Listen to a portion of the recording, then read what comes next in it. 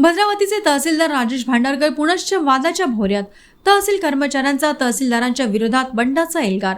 जिल्हाधिकाऱ्यांना निवेदनाद्वारे तात्काळ बदली करण्याची मागणी। भद्रावतीचे तहसीलदार राजेश भांडारकर यांच्या कार्यशैलीची चर्चा सातत्याने होत असते। काही दिवसांपूर्वी एका शेतकऱ्याच्या आत्महत्येस जबाबदार धरून त्यांना तात्पुरते निलंबित केले गेले होते।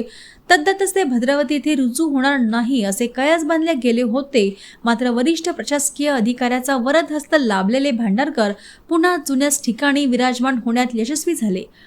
पदभार स्वीकारताच त्यांच्या कार्यशैलीचे परत अफलातून प्रकार नागरिकांसह स्थानिक कर्मचाऱ्यांना अनुभवास येऊ लागले।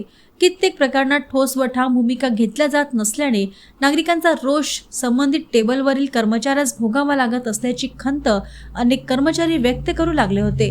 मात्र धास्तावलेले सहाय्यक अधिकारी व कर्मचारी तहसीलदारांच्या कार्यशैलीचा वरपांगी विरोध करू शकत नव्हते। मात्र त्यांच्या अंतर्गत वर्तुळातल्या अधिकाऱ्यांविरोधात असंतोष धुमसत होता।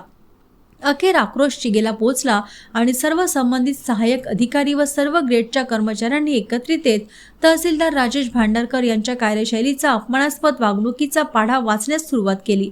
बऱ्याच फाईल वेळेच्या आत हातावेगळ्या होत नसल्याने संबंधित त्रस्त नागरिक अर्वाच्य शिवीगाळ करीत असल्याने अर्धे न्यायिक प्रकरणे हातावेगळे होत नसल्याने तसेच खुद्द तहसीलदार सुद्धा नागरिकांसमोर अपमानास्पद वागणूक देत असल्याने खजील झालेल्या कर्मचाऱ्यांनी दिनांक 1 एप्रिल 2026 रोज बुधवारला जिल्हाधिकारी चंद्रपूर यांना सामूहिक स्वाक्षरी असलेले तक्रारीचे निवेदन जिल्हाधिकारी विनय गौडा यांना सादर करून तहसीलदार राजेश भांडारकर यांच्या बदलीची मागणी लावून धरली असल्याचे ताजे वृत्त आहे।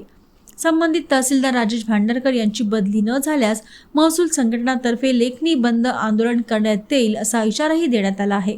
जिल्हाधिकारी चंद्रपूर यांचे सह महसूल मंत्री चंद्रशेखर बावनकुळे, पालकमंत्री डॉक्टर अशोक उईके, खासदार प्रतिभा धानोरकर, आमदार करण देवतळे, महसूल संघटना प्रमुख आदींना सुद्धा प्रतिलिपी पाठवण्यात आल्या असल्याने स्थानिक कर्मचाऱ्यांच्या तक्रारीला जिल्हाधिकारी कितपत न्याय देतात हे बघणे उत्सुकतेचे ठरणार आहे।